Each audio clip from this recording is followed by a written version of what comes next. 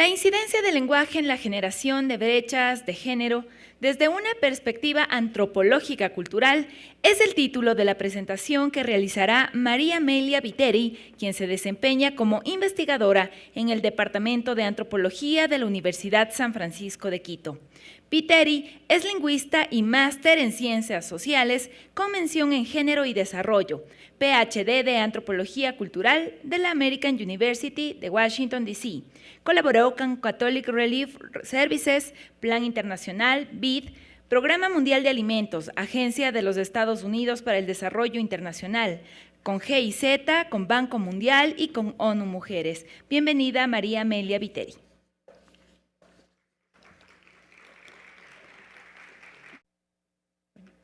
Es un gusto, un placer en realidad poder estar aquí con ustedes. Muchísimas gracias por la invitación, las autoridades del Banco Central, y gracias sobre todo por crear este espacio de debate. Mientras más espacios de debate y diálogo sobre cómo nos ponemos los lentes de género, cómo pensamos el tema de la economía desde la perspectiva de género, pues todos y todas en realidad ganamos. Mi perspectiva es desde la antropología de género. Hablar de lingüística y género es enorme, ¿no es cierto? Yo me tomo un semestre entero con mis estudiantes de San Francisco, mis estudiantes de Flaxo, mis estudiantes de la Universidad de Cuenca para hablar sobre lenguaje y género. Entonces, lo que he hecho es pensar en tres bloques específicos que nos permitan pensar tanto teóricamente como metodológicamente en cómo este tema va a estar entonces relacionado con la economía. Porque a veces pensamos que la economía solamente se refiere a ciertos temas, por ejemplo, más estadísticos, y muy pocas veces, diría yo, hacemos las conexiones de cómo, por ejemplo, tu vida misma cotidiana está relacionada con temas de acceso y economía. Entonces, lo que voy a hacer es tratar de, en conjunto, darles algunos puentes para que nos permitan pensar analíticamente esta relación, específicamente pensando en las brechas de género.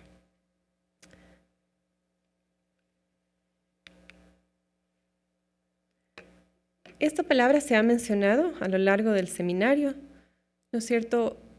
Algo que sabemos en antropología sociocultural es que los estereotipos de género no son abstractos. Los estereotipos de género impactan la vida de las personas.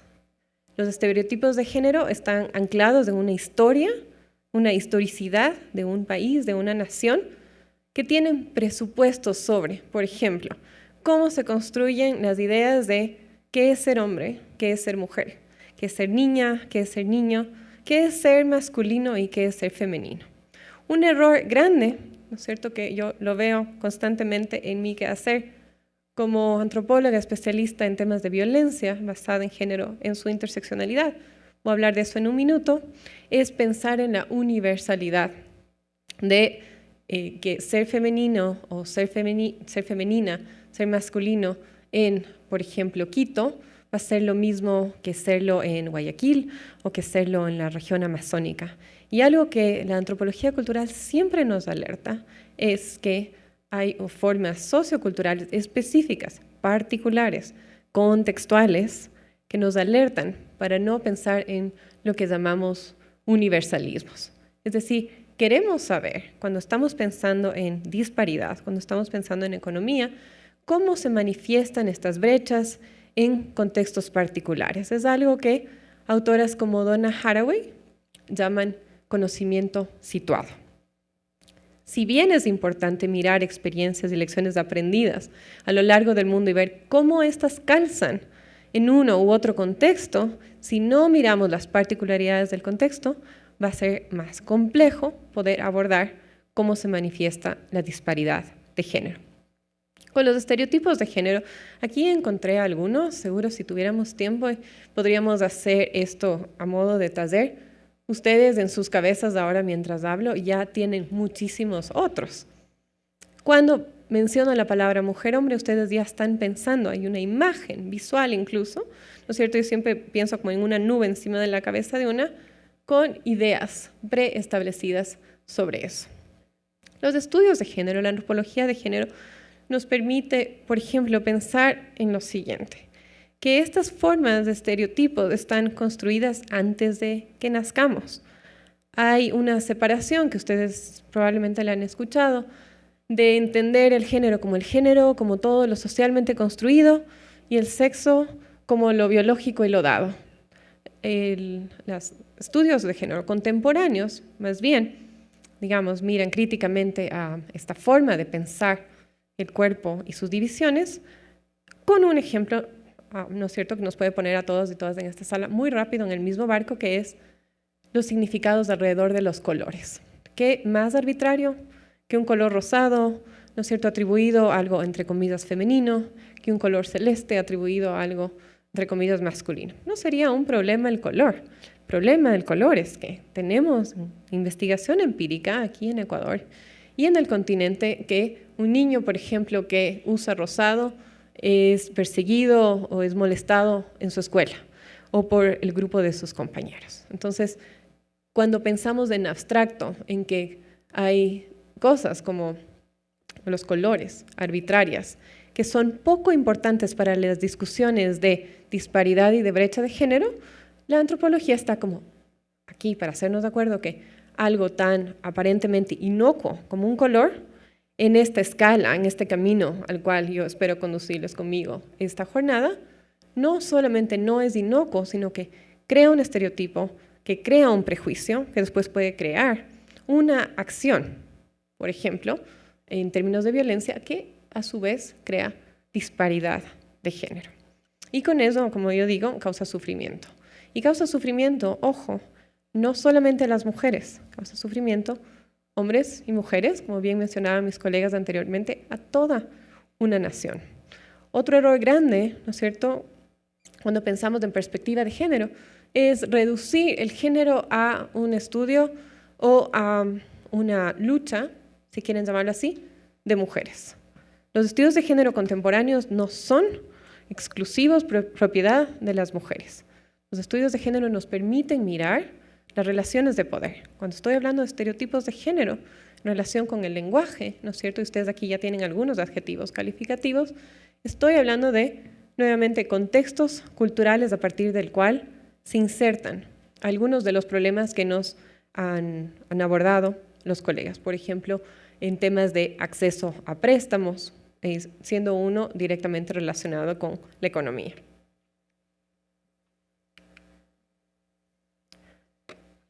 Les ofrecí al inicio comentarles cómo he dividido esta presentación, siendo un tema tan amplio.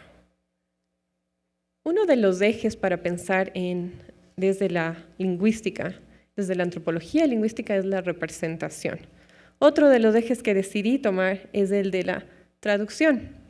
Y vamos a ver en un momento cómo la representación y la traducción funcionan para poder entender cómo se crean las categorías alrededor. En este caso, no solamente de género, sino categorías que están cruzadas por género, pero que pueden ser otras categorías. Voy a hablar en un momento más sobre este concepto. Es un concepto que lo manejamos desde los estudios feministas, desde el concepto de interseccionalidad. Es decir, una mujer no es solo mujer, un hombre no es solo un hombre. Una mujer también es una mujer mestiza, por ejemplo, una mujer indígena, es una mujer que tiene una nacionalidad, es una mujer que tiene una identidad sexual, es una mujer que tiene una edad, ¿no es cierto? No es lo mismo tener 50 años que tener 20 en un contexto de análisis de perspectiva de género. Estos factores van a incidir directamente en la forma en la que pensamos, y el término que usamos en ciencias sociales, en lo que se crea en el simbólico, es decir, imaginarios sociales. Los imaginarios sociales, nuevamente, nunca van a estar ausentes de impactos específicos de desigualdad y brecha, como el que acabo de mencionar. Cuando hablamos de representación, hay ciertos conceptos que sí quiero trabajar con ustedes en esta jornada, porque nos van a permitir hacer esas conexiones. Algo que sabemos desde la lingüística es que el lenguaje connota y denota, es decir, como yo mencionaba, como ustedes lo pueden leer, pinta imágenes que se pueden convertir en verdades en el imaginario colectivo. Nuevamente, seguramente ustedes tienen una infinidad de ejemplos de pensar cómo ciertas imágenes se convierten en verdades. El problema de las verdades es que, lo vamos a ver en un momento, se naturaliza o se normalizan formas de violencia.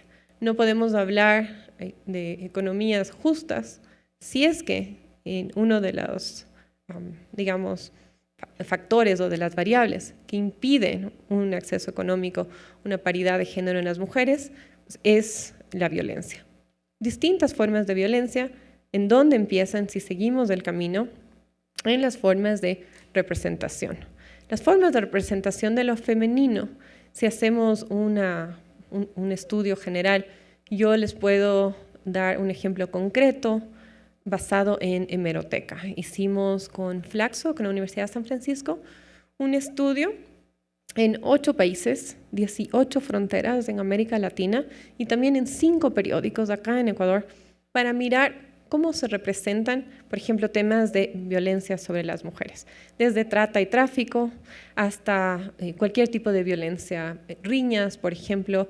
Y lo que queríamos, el mapa que hicimos, y este mapa ahora se encuentra, digamos, este análisis crítico se encuentra ahora en el libro Corpografías, que lo acabamos de lanzar en Flaxo, lo vamos a lanzar ahora en Río de Janeiro en poco, en la Universidad de Río de Janeiro, es mirar que a pesar de que son 8 países, 18 fronteras, las formas en las cuales, en este caso, los medios de comunicación utilizan las imágenes de las mujeres y el lenguaje ante el cual utilizan los adjetivos calificativos son muy similares. Es decir, no encontramos aquí sí, en la forma de representación de las mujeres y la violencia en América Latina, mayores diferencias entre uno y otro país, entre uno y otro periódico. Entonces aquí tienen ustedes un patrón lingüístico, visual, que crea verdades sobre las mujeres.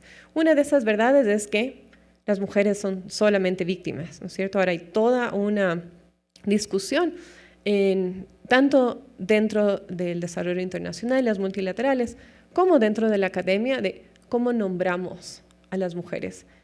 Víctimas de violencia, sobrevivientes de violencia, hay toda una discusión sobre eso. Hay digamos, un cambio de paradigma, si lo podemos llamar así, que está pensando en empezar a pensar cada vez más en las mujeres, en no solamente sobrevivientes, sino en no únicamente víctimas. Es decir, miramos desde la investigación empírica y desde la reflexión teórica que situar a las mujeres únicamente como víctimas no nos está ayudando a efectivamente llegar a menos niveles de desigualdad. Estoy nuevamente tocando en formas en las que el lenguaje connota y denota a través, en el ejemplo de los periódicos, visualmente con ciertas fotos estereotipadas, ¿no es cierto?, que a su vez crean una verdad. Otro ejemplo relacionado con el libro, y ustedes pueden hacer ese ejercicio, ¿no es cierto?, con gusto les puedo compartir también el libro, está disponible en su versión electrónica, es cómo se representa a las mujeres sobrevivientes de trata. Y ustedes van a ver, incluso pudimos hablar con periodistas, comunicadores en el país y en los otros 8 países, y nos decían, mira, generalmente lo que hacemos es buscar una foto general. Y ustedes seguramente la tienen ya en su imagen. Es una mujer con tacos, con falda corta, en una carretera generalmente y con una mochila a un lado. Esa imagen, por ejemplo, estereotipa, vuelve a violentar lo que llamamos, ¿no es cierto?, en estudios de género, revictimiza a las mujeres sobrevivientes de trata. Entonces, ¿cómo usamos el lenguaje? Di un ejemplo concreto, medios de comunicación. Crea una representación que a su vez va a crear una cadena o unos eslabones sobre los cuales hemos tejido categorías de género. Es decir, nuevamente, ¿cómo se constituye lo masculino y femenino? Hay otro debate importante aquí en términos de antropología de género, y es un paradigma es que hombres y mujeres somos radicalmente diferentes, ¿no es cierto? Hay incluso el feminismo de la diferencia, que se basa en esa diferencia. Hay otro paradigma contemporáneo desde la biología feminista que mientras más avanza la ciencia, encuentran menos diferencias, digamos, neurológicas entre hombres y mujeres. No importa en cuál paradigma ustedes se sitúen, si en que, bueno, somos muy diferentes o en realidad somos más iguales que no. El problema es cómo se constituye eso en formas jerárquicas. Es decir, qué valoraciones, nuevamente desde la antropología lingüística, se han dado a lo que se entiende como ser hombre, mujer, masculino y femenino. Como hemos venido hablando a lo largo de este seminario, las valoraciones a lo femenino son generalmente estereotipadas y son generalmente negativas. Ahora bien, también las valoraciones de lo masculino pueden ser altamente estereotipadas.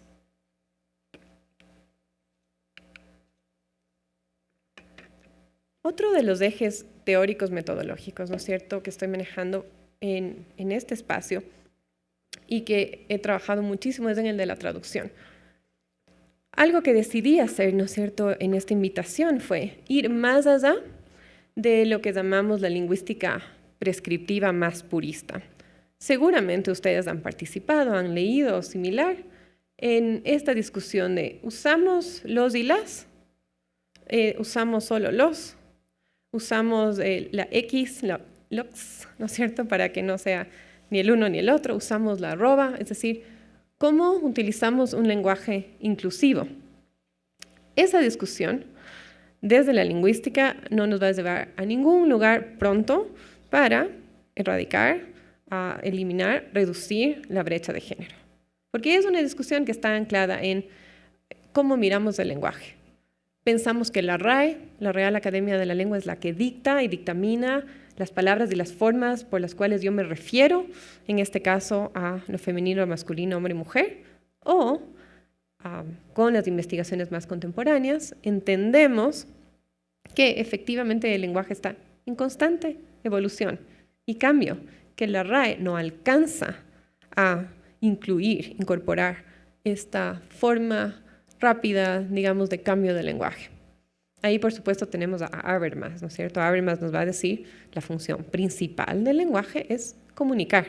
Mientras la acción comunicativa se dé, no importa, digamos, verbal, la forma.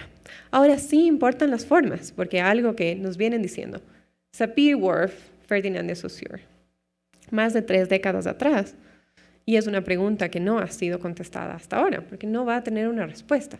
Es decir, son planteamientos que nos permiten tener entradas de reflexión conjunta. ¿Es el lenguaje crea cultura?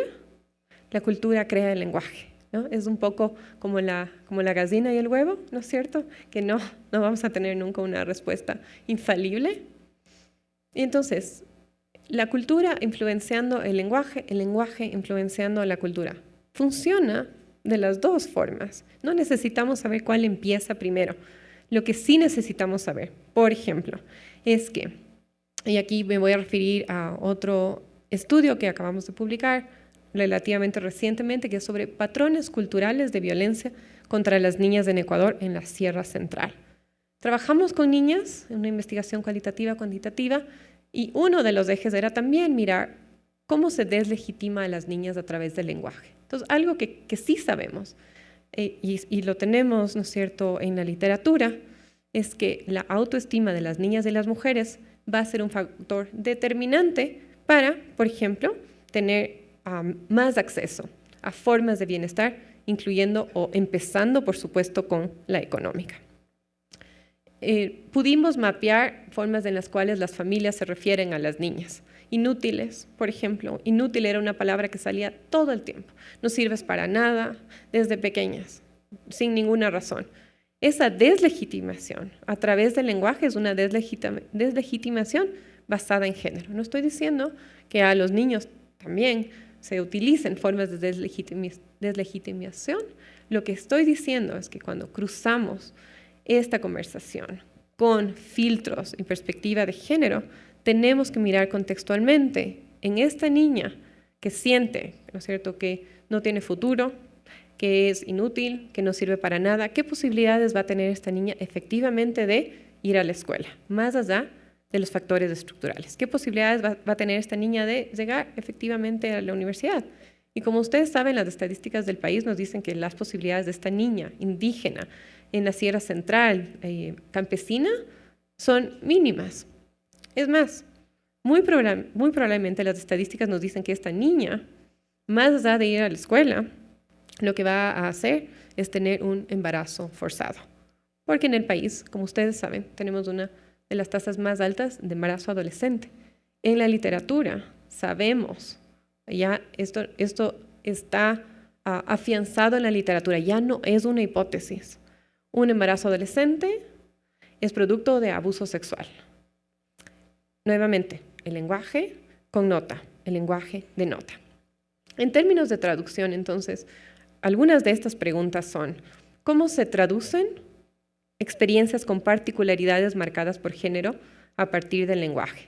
Y lo que he venido expresando es haciendo un énfasis en cómo funciona el significado del significante, ¿no es cierto? Muy brevemente, esta no es una clase, por supuesto, de lingüística y género, pero sí es pensar en conjunto en algunos elementos que nos permitan llegar hasta la función del lenguaje en relación con género. Les voy a dar otro ejemplo específico, ¿no es cierto?, de mis experiencias trabajando en el tema. Y el último año estuve trabajando mucho en Guyana, específicamente en Georgetown, y la bondad, ¿no es cierto?, de mi trabajo como antropóloga es que me lleva por el mundo. Entonces puedo tener una mirada comparativa para pensar, ¿no es cierto?, cómo funciona Guyana en términos de estos temas en relación con Ecuador y con otros países. El ejemplo concreto con Guyana, en términos del lenguaje, que también me pareció importante traerles, es que una de las brechas para las mujeres acceder a los préstamos que el Banco de Guyana estaba facilitando era, bueno, por un lado, una alta tasa de analfabetismo, efectivamente, pero por otro lado, una falta del banco, en este caso de Guyana, de tener un lenguaje que no sea tan técnico, un lenguaje al que las mujeres no podían entender. Y esa era la primera razón por la cual ellas no accedían al préstamo, porque ni siquiera se acercaban a los formularios porque veían los formularios como escritos en otro idioma.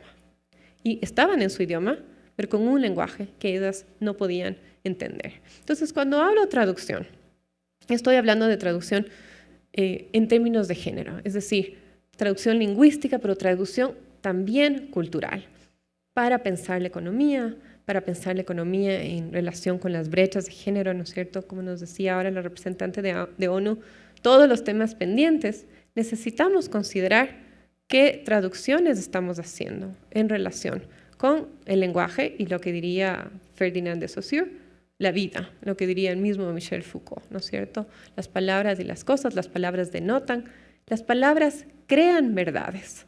La invitación, entonces, es siempre no pensar en las palabras como abstractas. Las palabras son arbitrarias, el lenguaje es arbitrario. El color rosado y celeste es efectivamente arbitrario. Sin embargo, crean realidades sociales que después se pueden convertir en política pública, ¿no es cierto? Y hay bastantes ejemplos sobre eso, o se pueden convertir en prácticas normalizadoras y naturalizadoras de la violencia. El término de interseccionalidad aquí en la traducción y en la representación y en cómo se producen los estereotipos son claves. Y aquí estoy pensando en otra variable, y estoy pensando en ustedes en realidad, que es la tecnología. La tecnología, en términos de lenguaje, cambia para siempre la manera en la que nos entendemos. La tecnología te devuelve ahora con las redes sociales, como Instagram, ¿no es cierto?, formas normativas de ser femenino y masculino. Es un lenguaje.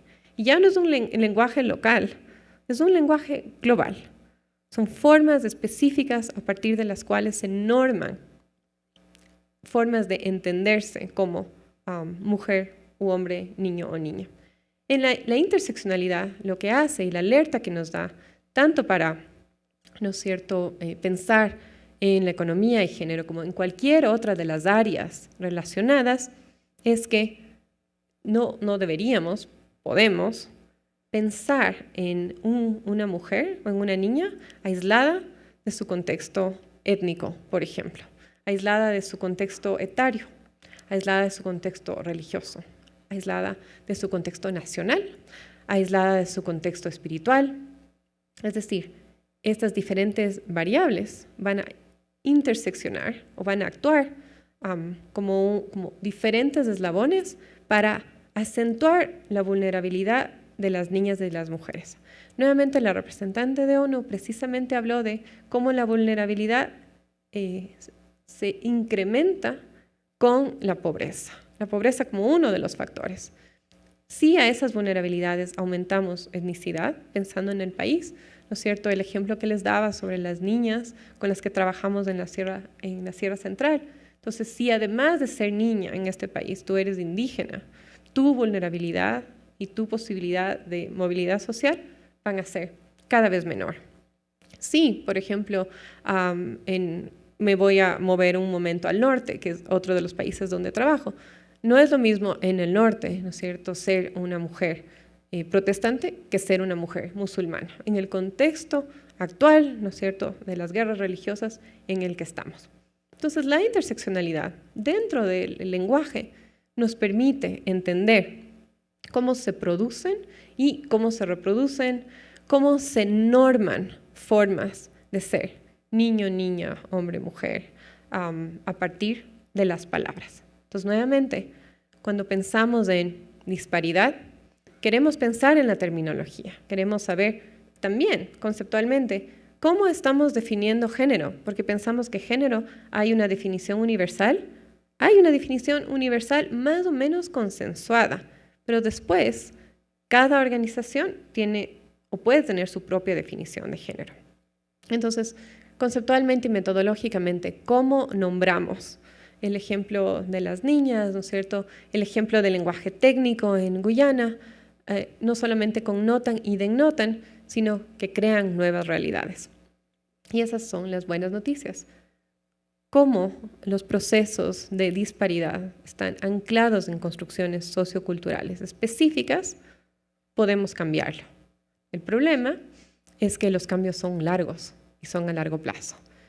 Entonces, la necesidad y la inmediatez de poder abordar esto desde, como siempre les digo, no solamente desde la política pública y desde nuestro quehacer, sino desde el metro cuadrado. Algo que nos enseñan los estudios antropológicos, ¿no es cierto?, es primero que nosotros, como antropólogas, creemos en el cambio micro al macro. Nos parece esencial, importantísimo, dado los últimos 20 años, ¿cierto?, de trabajo en, por ejemplo, acceso a justicia, que volvamos a poner la mirada en qué está sucediendo a nivel micro para que estos ajustes de la legislación no hayan tenido el efecto cascada para cambiar comportamientos culturales. Para mí, uno de los centros cuando hablamos de lingüística, género y lenguaje es pensar a partir de uno mismo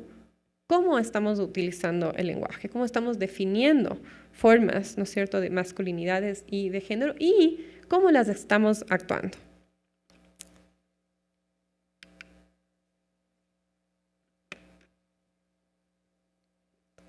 Voy a ver cómo voy. Ok, estoy con el tiempo encima, entonces voy a ir cerrando.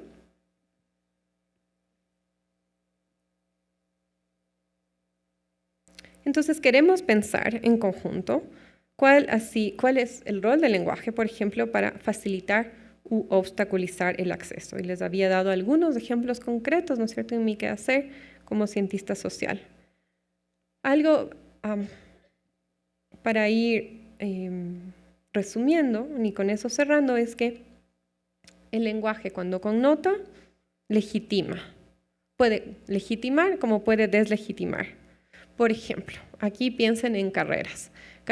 Piensen también en hobbies. Carreras que han sido pensadas en femenino o en masculino. Esas carreras que han sido pensadas en femenino o masculino tienen valoraciones distintas. Quizás el ejemplo más general, cuando pensamos en un hombre que cocina, de repente es un chef, incluso si no tiene un certificado. Y una mujer que cocina es una cocinera, ¿no es cierto? Voy a generalizar solo para efectos ilustrativos, pero cómo pensamos en valoraciones distintas asignadas arbitrariamente a los cuerpos. Algo que sabemos también, ¿no es cierto?, desde las ciencias sociales, es que no hay nada biológico, no hay nada en mi corporalidad que haga que yo sea mejor para una carrera u otra. No hay ninguna distinción neurológica, cerebral o similar que cause una distinción en las formas de habilidades o en las formas de aprendizaje entre hombres y mujeres. No hay. Lo que hay es asunciones societales, ¿no es cierto?, que desde la familia te van a conducir a carreras estereotipadas para los hombres, ¿no es cierto? En mis estudiantes, a veces nos toca con mi decana hablar con los padres de familia porque quieren que sus hijos sean abogados o ingenieros o, ¿cuál me falta?, médicos. Y estos chicos quieren ser antropólogos, quieren ser artistas. Y tenemos a los padres en nuestra oficina diciéndonos, bueno, dígame usted un buen argumento por el cual yo tengo que permitir o pagar una carrera a mi hijo que no sea en abogacía, en ingeniería, bueno, economía también, por supuesto. Y entonces no son las habilidades diferenciadas corporales, sino son nuevamente las atribuciones lingüísticas a partir de lo que uno entiende como carreras.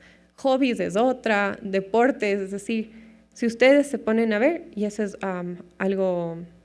otra de las bondades de las herramientas antropológicas, es que no hay ningún lugar que toquemos, desde la comida, ¿no es cierto?, desde las bebidas que ustedes prefieren entre comidas, que no tengan género.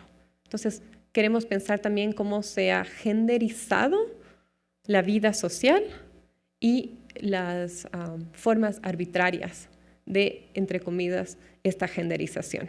Si es que no tomamos en cuenta cómo funcionan patrones culturales para reproducir brechas desiguales económicas, la política pública, que es importantísima, por supuesto, y tengo el sombrero de antropóloga aplicada, y es un lujo en realidad poder moverme en los dos mundos, nos va a decir que la política pública o intervenciones, ¿no es cierto?, en el desarrollo internacional se van a quedar en un lugar y los cambios de patrones culturales se van a quedar en otro lugar. Tenemos que mirar la forma de, y ya hay ejemplos exitosos de poder hacer un puente entre las dos, ¿no es cierto? Lo uno no tiene por qué ser de ninguna manera contrario a lo otro.